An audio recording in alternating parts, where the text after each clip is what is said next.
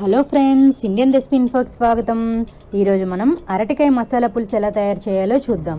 దీనికి కావలసిన పదార్థాలు: అరటికాయలు 3, చింతపండు కొద్దిగా, నీళ్లు తగినన్ని, నూనె 4 టేబుల్ స్పూన్లు, మెంతులు 1/2 టేబుల్ స్పూన్, ఆవాలు 1/2 టేబుల్ స్పూన్, జీలకర్ర 1/2 టేబుల్ స్పూన్, శనగపప్పు 1 టేబుల్ స్పూన్, వెల్లుల్లి రెమ్మలు 3 టేబుల్ స్పూన్లు, పచ్చిమిరపకాయలు 4, ఎండుమిరపకాయలు 3, ఉల్లిపాయలు 1/2 కప్పు, బెల్లం 3 టేబుల్ స్పూన్లు, కరివేపాకు 2 టేబుల్ స్పూన్లు, టమాటీలు 1 కప్పు, పసుపు 1/2 టేబుల్ స్పూన్, ఉప్పు 2 టేబుల్ స్పూన్లు, కారం 1 టేబుల్ స్పూన్, ధనియాల పొడి 1 table spoon, garam masala 1/2 table spoon, కొత్తిమీర 2 టేబుల్ స్పూన్లు.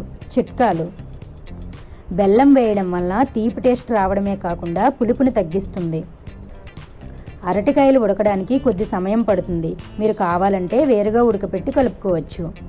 మనం చింత పులుపుని వేస్తున్నాము కాబట్టి టమాటీలను తగ్గించుకొని రుచికి తగినట్లుగా వేసుకోవాలి. అరటికాయలు కోసిన తర్వాత ఉప్పు నీటిలో వేస్తే రంగు మారకుండా ఉంటాయి. ఫ్రెండ్స్, ఇంతవరకు మా ఛానల్ని సబ్స్క్రైబ్ చేయకపోతే సబ్స్క్రైబ్ చేసుకోండి. మరిన్ని అప్డేట్స్ కోసం బెల్ ఐకాన్ని యాక్టివేట్ చేసుకోండి. తయారీ విధానం: ముందుగా 1 కప్పు తీసుకొని అందులో నిమ్మకాయ సైజ్ అంతా చింతపండుని వేసుకొని ఈ విధంగా నీళ్లు పోసి నానబెట్టి ఒక పక్కకు పెట్టుకోవాలి. ఈలోగా మనం అరటికాయల్ని ఈ విధంగా 2 చివరలు కట్ చేసుకొని దాన్ని తోలు తీసుకోవాలి. చూడండి ఫ్రెండ్స్, అరటికాయలు అనేవి మనకి ఎలా నచ్చితే అలా కట్ చేసుకోవచ్చు. కొంతమంది రౌండ్గా కట్ చేస్తారు, కొంతమంది ఇట్లా సన్నగా ముక్కల్లా కట్ చేస్తారు. చారుకి మనకి ఎలా కావాలంటే అలా కట్ చేసుకోవచ్చు. నేనైతే ఇలా గుండ్రంగా ఇట్లా ముక్కల్లా కట్ చేస్తున్నాను.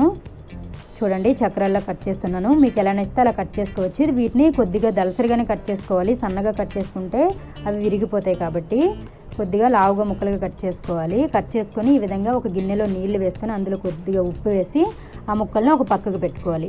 ఈలోగా స్టవ్ మీద మనం కళాయి పెట్టుకొని అందులో కొద్దిగా నూనె వేసి నూనె కొద్దిగా వేడైన తర్వాత మెంతులు, అలాగే ఆవాలు, జీలకర్ర, అలాగే కొద్దిగా శనగపప్పు, అలాగే వెల్లుల్లి రెమ్మల్ని చితక్కొట్టి లేదా కొద్దిగా కట్ చేసైనా వెల్లుల్లి రెమ్మల్ని ఈ విధంగా వేసుకోవాలి. ఇప్పుడు ఇందులోనే ఈ విధంగా కట్ చేసి పెట్టుకున్న పచ్చిమిరపకాయలను వేసుకొని ఒకసారి మంచిగా కలుపుకోవాలి. ఇందులోనే ఎండుమిరపకాయలను కూడా వేసుకోవాలి.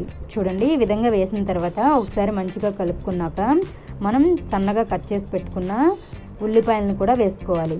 ఉల్లిపాయలను కూడా కొద్దిసేపు మగ్గనివ్వాలి. చూడండి ఫ్రెండ్స్, మనం ఈ విధంగా తాలింపుని చిన్న మంట మీదే వేయించుకోవాలి. ఈ విధంగా వేగిన తర్వాత మనం ఇందులోనే కొద్దిగా కరివేపాకును కూడా యాడ్ చేసుకోవాలి. చూడండి, కరివేపాకు వేసిన తర్వాత ఈ విధంగా ఒకసారి కలుపుకొని ఇందులోనే మనం సన్నగా తరిగి పెట్టుకున్న టమాటీలను కూడా వేసుకోవాలి. మనం చింతపండు వేస్తున్నాం కాబట్టి మనము టమాటీలు మరీ ఎక్కువ పులుపు అయిపోకుండా కొద్దిగానే యాడ్ చేసుకోవాలి. చూడండి, ఇందులోనే కొద్దిగా పసుపు అలాగే ఉప్పును కూడా వేసుకోవాలి. నేను మొత్తం పసుపు ఉప్పు అనేది ఇక్కడే యాడ్ చేస్తున్నాను. ఆఖరణ చూసుకొని వేసుకోవచ్చు. చూడండి, పసుపు ఉప్పు వేసిన తర్వాత ఒకసారి ఈ విధంగా మంచిగా కలుపుకొని మూత పెట్టుకోవాలి. ఎందుకంటే టమాటీలు అవి తొందరగా మగ్గుతాయి మూత పెట్టుకున్నట్లుగా అయితే. చూడండి, ఒక 5 నిమిషాల తర్వాత చూసినట్లుగా అయితే మనకి టమాటీలు అనేవి మంచిగా మగ్గిపోయాయి కదా. మీరు మధ్యలో కూడా కలుపుతూ ఉండండి, ఎందుకంటే మాడిపోతుంది కాబట్టి. మనం ఇప్పుడు ఇందులోనే కారం, అలాగే ధనియాల పొడి, అలాగే గరం మసాలా కూడా వేసి ఒకసారి మంచిగా కలుపుకోవాలి. చూడండి, ఈ విధంగా మనం ఈ తాలింపులోనే మొత్తం యాడ్ చేసుకోవాలి.